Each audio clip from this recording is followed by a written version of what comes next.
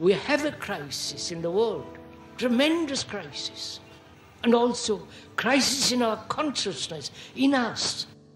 I see the urgency of change, radical revolution, mutation in the mind. I see it. It is necessary.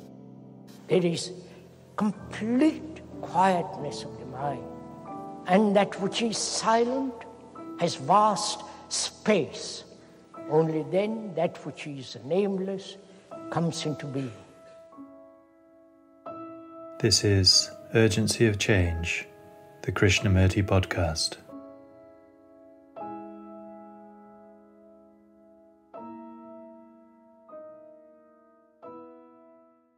Hello and welcome to episode 49 of Urgency of Change. This week's podcast features a conversation between Krishnamurti and Alain Naudé, titled Religion and Meditation. Next week's podcast continues Terence Stamp's reading of the classic book Commentaries on Living. This is a podcast from Krishnamurti Foundation Trust. Our official YouTube channel has hundreds of video and audio recordings of full talks and carefully chosen extracts. We are a non-profit charity and rely on your support to continue to preserve and make Krishnamurti's work available. If you enjoy our podcast, please consider leaving a review. Alain Naudé was Krishnamurti's private secretary in the 1960s. He met Krishnamurti in 1963 whilst a music lecturer and concert pianist. He gave up his teaching and performing in 1964 to work with Krishnamurti. Fluent in several languages, he was very helpful at international gatherings and in attracting younger audiences to Krishnamurti's talks at a time of cultural change in the West. This conversation between Krishnamurti and Alain Naudé was recorded in Malibu, California in 1972. Subjects include: is there any connection between the supernatural and religion? Is a religious life to lead a good life? A religious life is a life in which the self is not. We get caught in the so-called mysterious, but when the self is not, there is a greater, vaster mystery. Self-knowing is much more important than acquiring some kind of power. What place has meditation in religious life? Meditation is not control or a practice. It is not an effort to achieve an experience or to remain in a particular state of consciousness. If the self is, the religious life is not. Can one dissolve the self? Why are certain human beings entrenched in the myth of Jesus or Krishna? Attachment destroys freedom. Sir, the mysterious has always preoccupied man. Not only that, but there is, in a sense, everything we don't know is mysterious.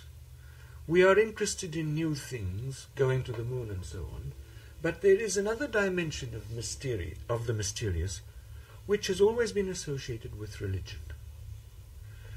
People throughout the ages have thought that the religious man can somehow wield supernatural powers. And in a general kind of way, this domain of the mysterious is called the occult. And we find in all religious thinking, in all religious texts throughout the world, the assumption that goodness, religion, is in fact very much preoccupied with siddhis or powers, with the supernatural in fact. Would you like to say something about that, please? Yes, sir. Even in the Bible we see that Christ, his goodness was challenged in the following way. They said, if you claim to be a good man, make miracles. And is there any connection between these two things at all? Is occultism really the religious concern? As you said just now, sir, man is seeking something mysterious.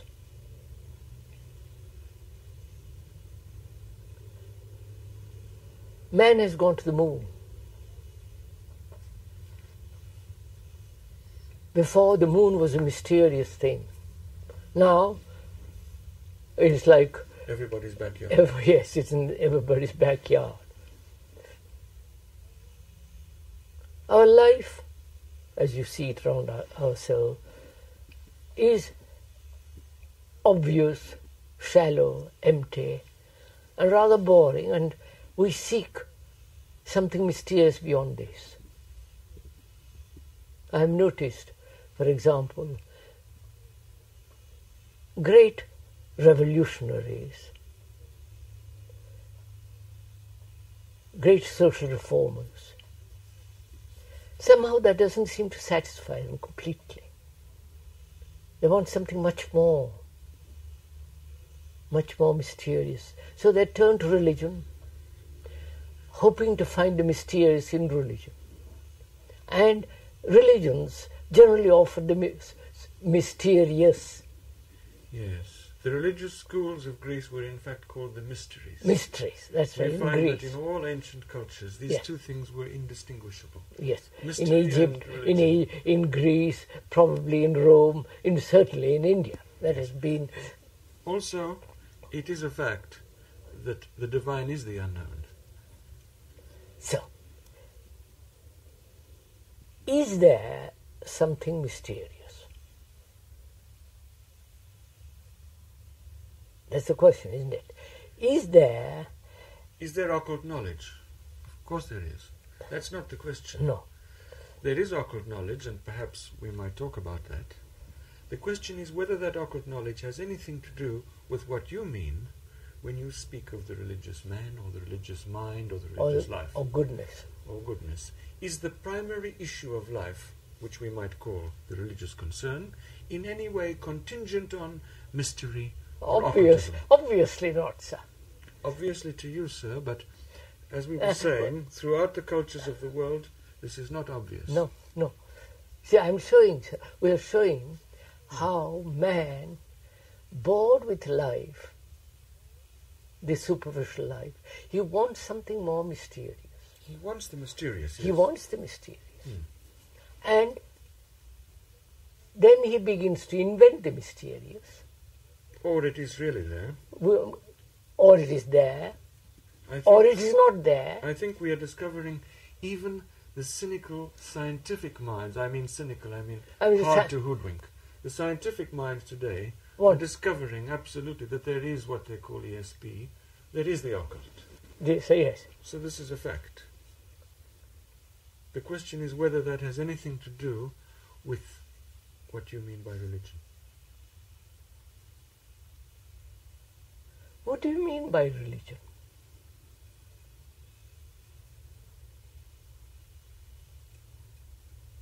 What do you mean by religious life?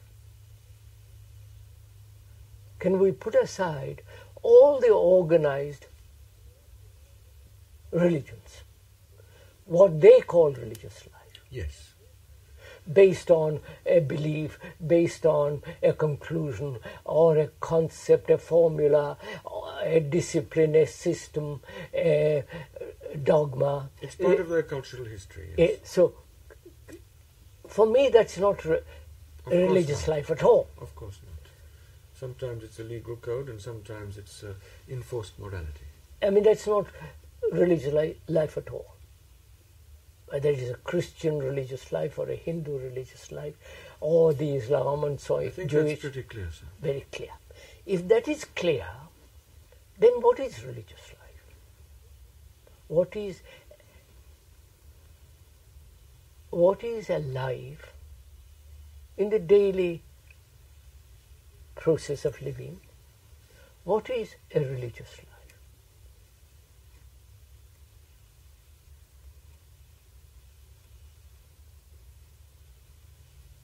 Would you say a religious life is to lead a good life? Not the good life of the advertiser. Recognized morality.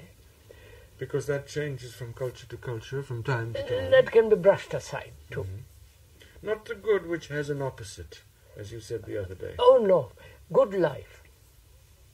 not a comfortable life, not The life which has concern, which has affection, which has love, love. That's it. which is not acting for itself and from itself. Therefore, a religious life is a life in which the self is not. Yes, sir.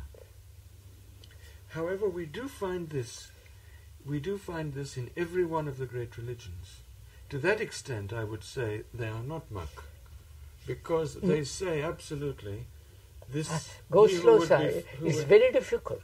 This is a very difficult point because to lead a religious life means To life. a life without the self. Yes, sir. Now, what happens? Most of the religions recognize this. They stated. Yes, Therefore, yes. what do?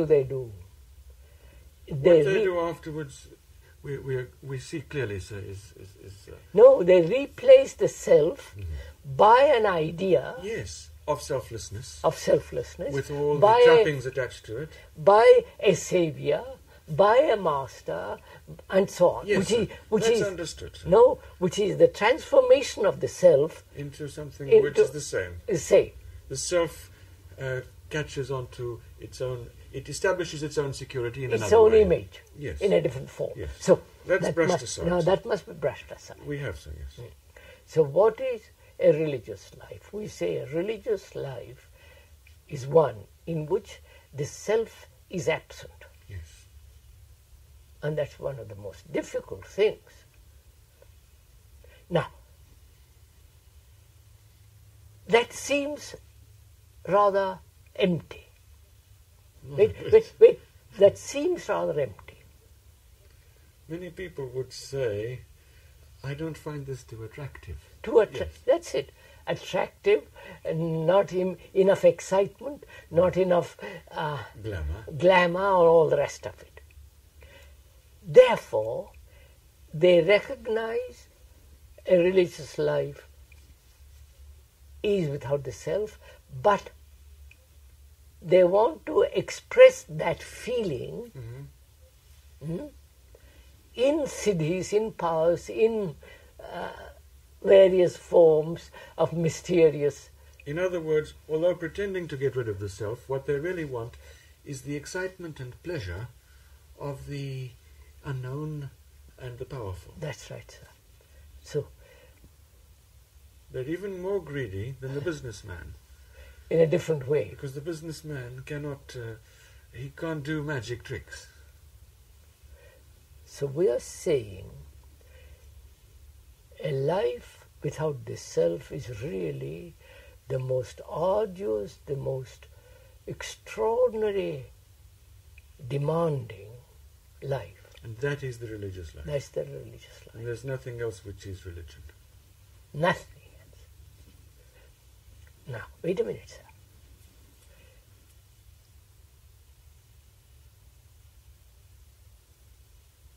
A religious life in this sense which we are talking about,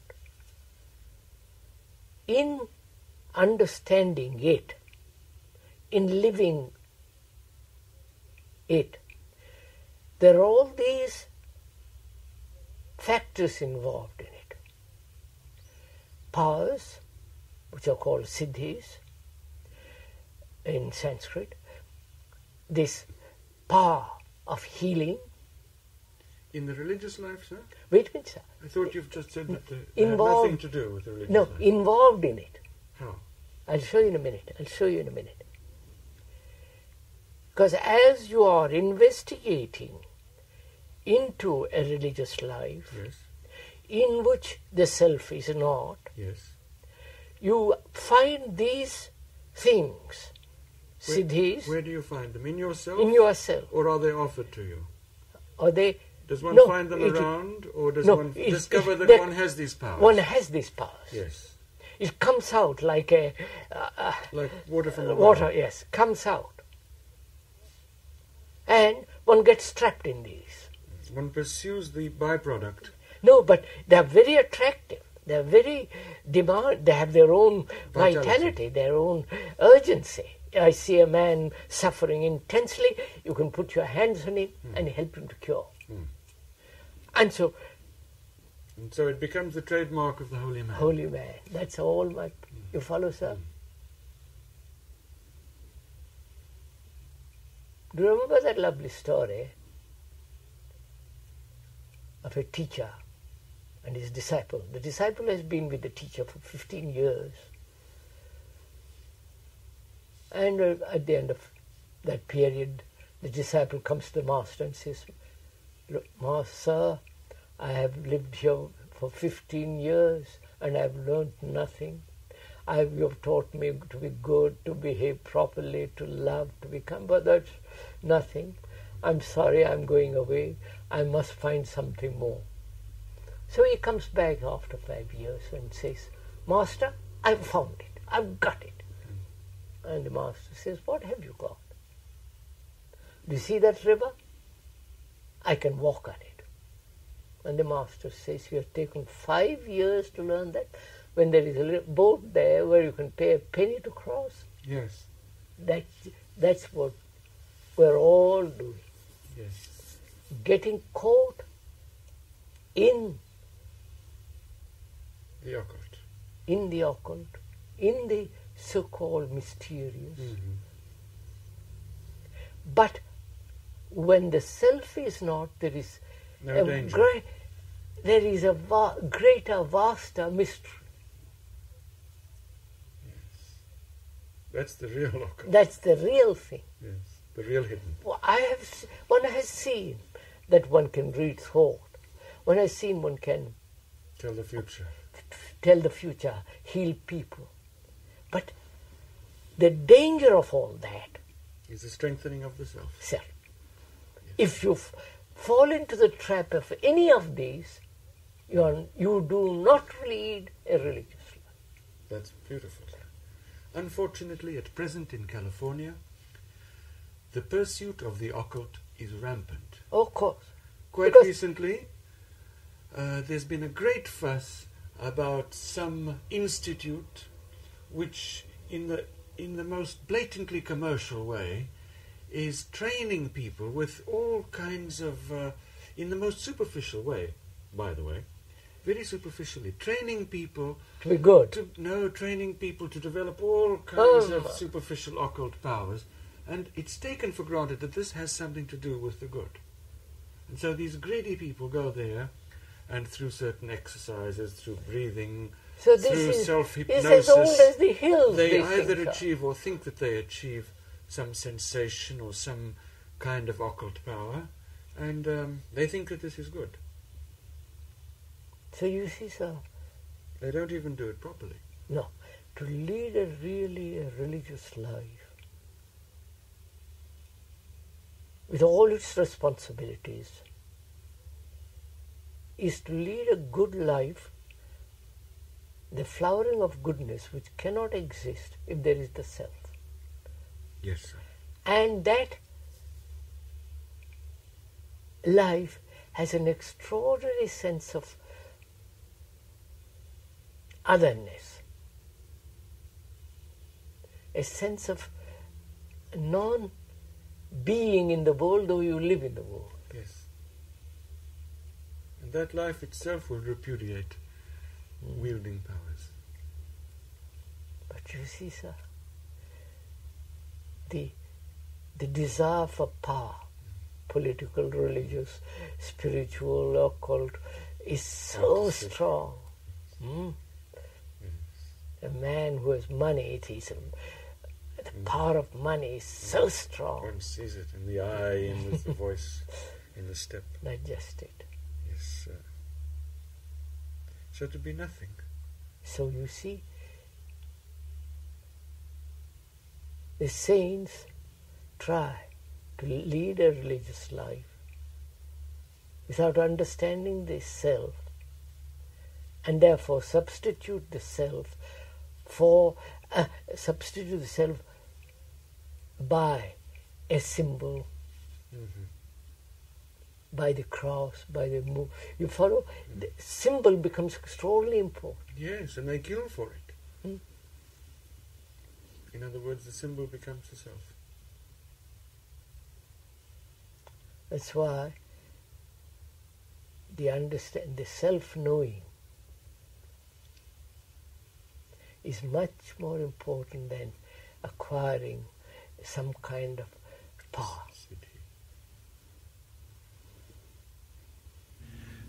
Sir, if we may, this brings us to another question, which is related to what you've been saying. You've told us that the religious life is a life with the understanding and the ending of the self. You've told us that it isn't magic powers, however noble they appear to be. In the religious life, one finds the word meditation quite often used. And this word meditation is as popular today as this concern with the occult. You use the word meditation also, sir. Would you mind telling us how the meditation which you mean is part of the religious life which you speak of? So meditation is generally understood as practicing some system. It's rampant, yes. People sit this way, they sit that way. There are 20 dozens years and they- dozens and dozens of groups and schools of meditation, Yes. with their systems, with their gurus, with their bosses, with their concentrated camps and all the rest of it. Yes. Concentrated camps. Concentrated camps. Concentration camps. Yeah.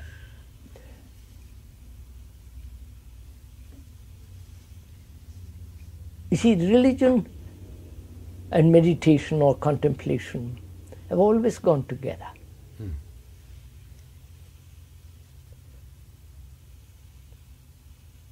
You find this in India tremendously. Nearly all the people who call themselves religious are going to tell you, we agree with you entirely. Meditation to us is a technique, and they use this awful word, a technique to end the self. And this technique might be repeating Yes, some sir. formula or some other Mantras, goodness knows. yes. You see how very absurd that is, because the technique, the practice of technique is the furthering of the self, that's all. Is the one that is- strengthening of the self. The one that is practicing the technique is the one that is supposed to disappear. Yes. It's so obviously, The robber becomes a policeman, pretending to catch robbers. so let us see Would you now. speak of meditation and the religious Yeah. life, please, sir? What place has meditation in religious life? What is meditation? That's really important. We said what is religious life. Surely when we've said what is religious life, meditation cannot be different from that. That just Because if there is meditation and then the religious life, there is this awful So, breach between but the sir, two. we've So, more or less analyzed what is. in fact, there can be no difference between life and the religious life. It isn't that one has life on Saturday and the religious life on Of course, I Sunday. mean that's So life, religion, and meditation, and love and beauty must be the same thing. of course. So, sir, we analyzed more or less, looked into the question of religious life. Now, what is meditation? It must be the living of the religious life. What is meditation, really? Hmm? Is it different from the life of selflessness? If it's different from that life, then it is selfish. Yes. Therefore it is not meditation. So it's not. Is it a way of overcoming or abandoning or going beyond the self? If it is Go a slow. way, if Go it is a I'm way, asking, sir. time is involved, So we say, as time and effort, effort is involved, that's And not a will. religious life. which come from the self. Therefore, it is still part of the self. The pursuit in meditation to control thought is still part of the self. Right? because the controller is the self, Yes. wishing Effort is to. involved. That's right.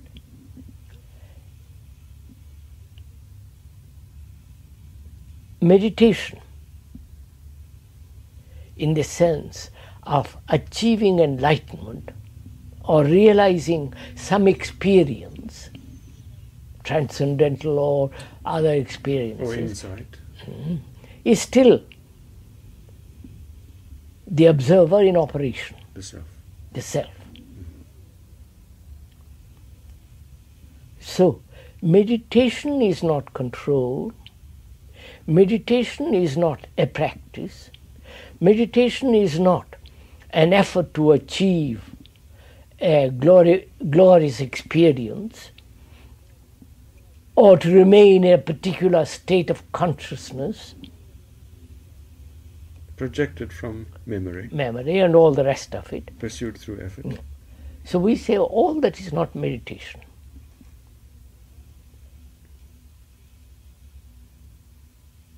As you can see why it is not logical, it's sane, it's balanced, Yes. and that's not meditation. Yes. Cannot be. Oh, obviously, it is not. Opinion is not involved at all. It's not. But a man sees the truth that as long as the self is, the religious life is not. Then how is he to dissolve this self? It's the only question, sir. That's the only question. Is he dissolved? Is the self to be dissolved through effort? We say no. Because the self makes effort. Yeah. So, is the dissolution of the self through meditation? Obviously is not.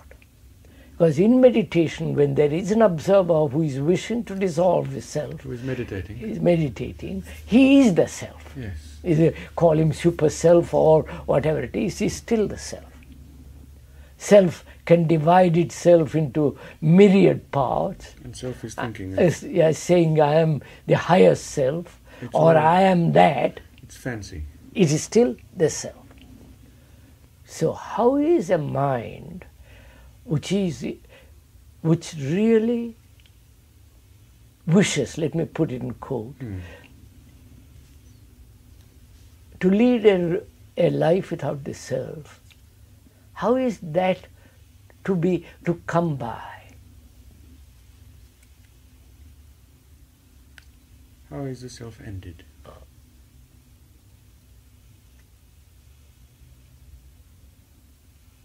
A different kind of meditation is necessary. Not the meditations which we have talked about. That must be completely set aside. A different kind of meditation. What is that?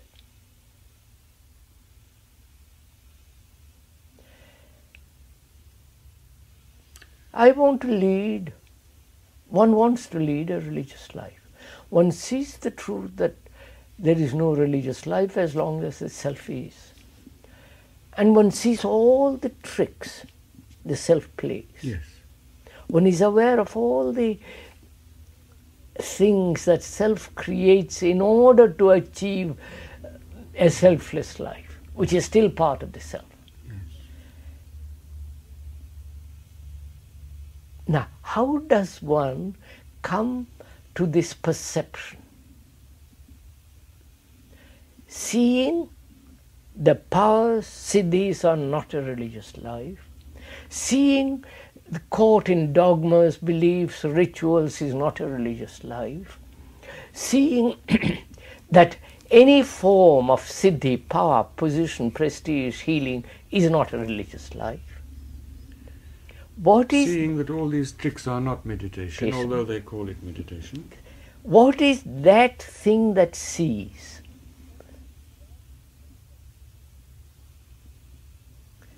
You said, how is one to come to this perception? No, that the religious life... Sir, look, one sees religious life is not the ritual life, Yes. the dogmatic life, the life of... Yes, orthodoxy or all effort. that effort. What is the mind that says this is not it?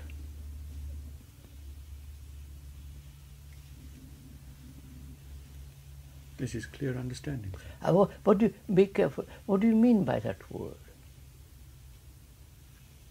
What is that state of mind that says, I see that is false, I see that is illusion, I see this is worthless, I see the religion is none of these things? What is it? Several things are involved. Yeah, that's just it. First of all, it's impersonal. It's Don't not personal. don't yet translate it too quickly. Wait, sir. Don't be so. What is it? What is this thing that says this is not?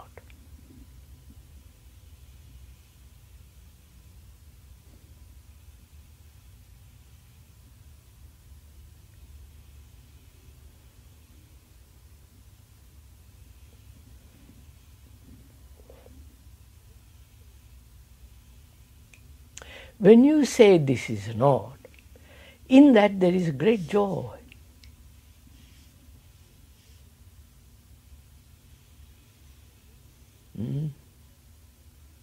When you say, when the mind sees that siddhi, power, ritual is not, it is saying from a state of joy. And freedom. A state of joy. And therefore freedom comes with joy. Now how does this happen?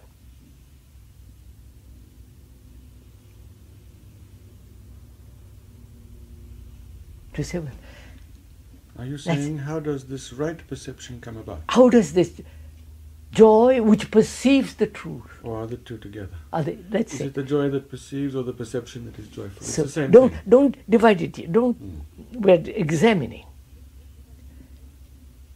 It is out of this perception that says, perception says this is not. And that perception is entrenched or is with joy. There is no battle, there is no conflict, there is no saying, oh, how am I to get rid of this? It's harmonious and free and easy. So, what is that perception? How does it come? How does it come, listen to this, sir, to a person who has devoted his life, his energies, studied immensely, sacrificed everything, wife, family, position, and caught in some stupid little ritual, stupid little self-contained meditation, practicing some silly system. Yes, some All systems are silly, but I mean, yes. now, there he is. He wants to lead a really religious life and get caught in it. Yes. To such a man, if you say, look, this is not it, to him this is a tremendous blow. Impertinence, yes. He says, he can't understand it. Of course. So you begin to see, He might kill you. of course he might kill me, he might burn me as they wanted. I know. Yes. I never told you about that. Doesn't matter. What was I going to say? Yes, I've got it. Just a minute. So perception of the truth that all these are false can only come when the mind is really not attached to anything.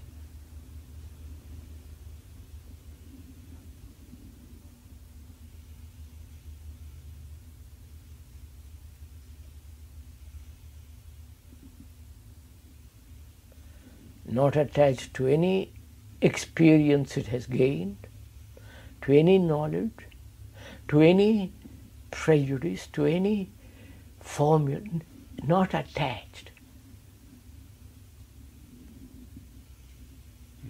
That's the first requirement of perception.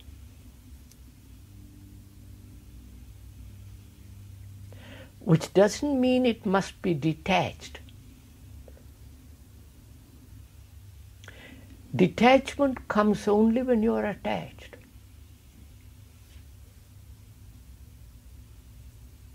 Then you practice detachment.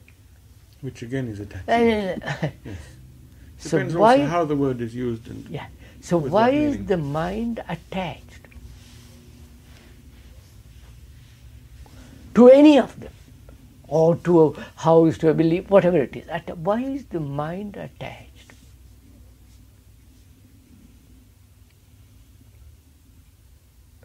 Because any attachment denies freedom. And it's only in freedom you can see. Right? Yes. So, why is the mind attached?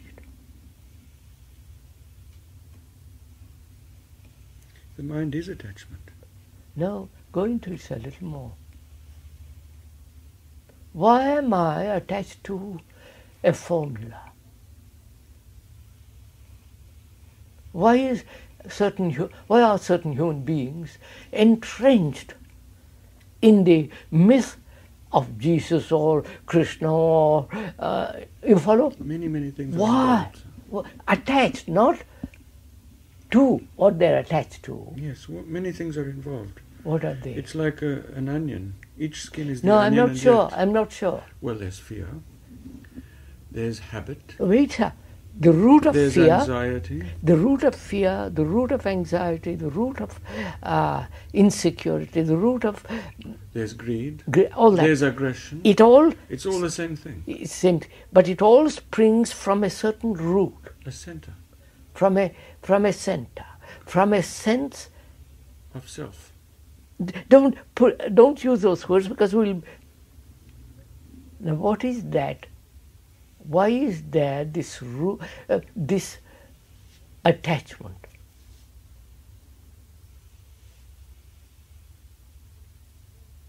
If we could find that, then these things will drop off naturally. I don't have to struggle not to be a Catholic or you follow. It's finished. Are you asking what is the essential root of attachment? Because I see where there is attachment, there is no freedom. And therefore there is no joy. It is only when freedom and joy function together, there is real perception. So we have, in a sense, a vicious circle. Freedom and joy saw the folly of attachment. But there is no freedom and joy because there is attachment. Now why am I attached? What is the root of this thing that makes me attached to things, to people, to ideas, to, you follow? My guru. I mean, you follow? However absurd, however childish, however their gods and their saviors are, it's too childish. Yes. Why are they attached?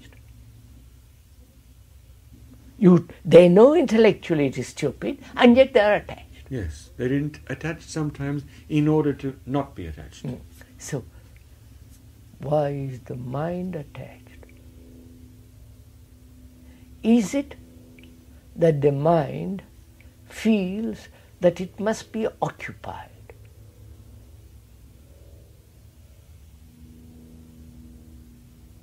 That's not all of it. I'm just beginning to examine. Of course, not all of it. Because without occupation, mind feels égaré, lost, Yes. Rather empty. in a panic, yes. So it says, I must be occupied. It fidgets. Is it because, basically, deeply, there's the fear of not being? which is the fear of deep loneliness, emptiness, sense of lost. In a sea, unless there is rudder, one feels lost. Yes. So, the occupation, sense of deep loneliness, deep uncertainty, deep insecurity. All these force me to get attached, force the mind to get attached. Yes. Can the mind be free of this sense of despair and loneliness? And so we go back to that. So to fill that loneliness, I do all these things. And if I really face that loneliness, look at it, go into it, understand it, Challenge not try it. Challenge it. challenge, look at it, then the mind goes beyond it. So, I am attached because of this. And without solving this, mere detachment has no value at all. Right? One must get the root of it. Root of it.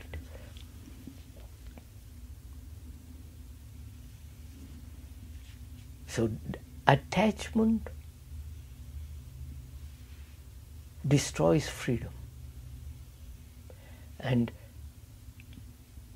where there is freedom, there is joy, and therefore it's that quality of mind that has this sense of joy and freedom that it perceives. So it perceives its own attachment, and therefore it is free of the attachment, without any analysis, without any conflict. It understands. Right, it's finished. Yes. So meditation then is none of these things, but understanding the ways and the means, the action of the self,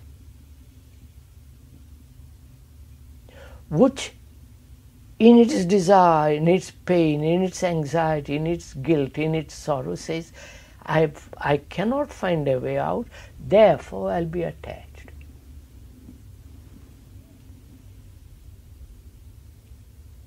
And the way out is not in the things you are attached to, but in the ending of attachment. In the ending and the understanding of attachment, because you have gone deeply into the cause of attachment, which can be perceived instantly, the cause, without analysis. So meditation has quite a different meaning.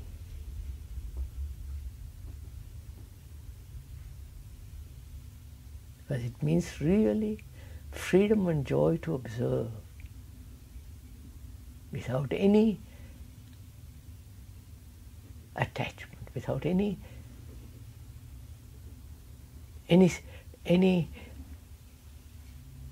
partial perception. This is mine and that's yours. This is the way I look, this is the way you look. There is no division.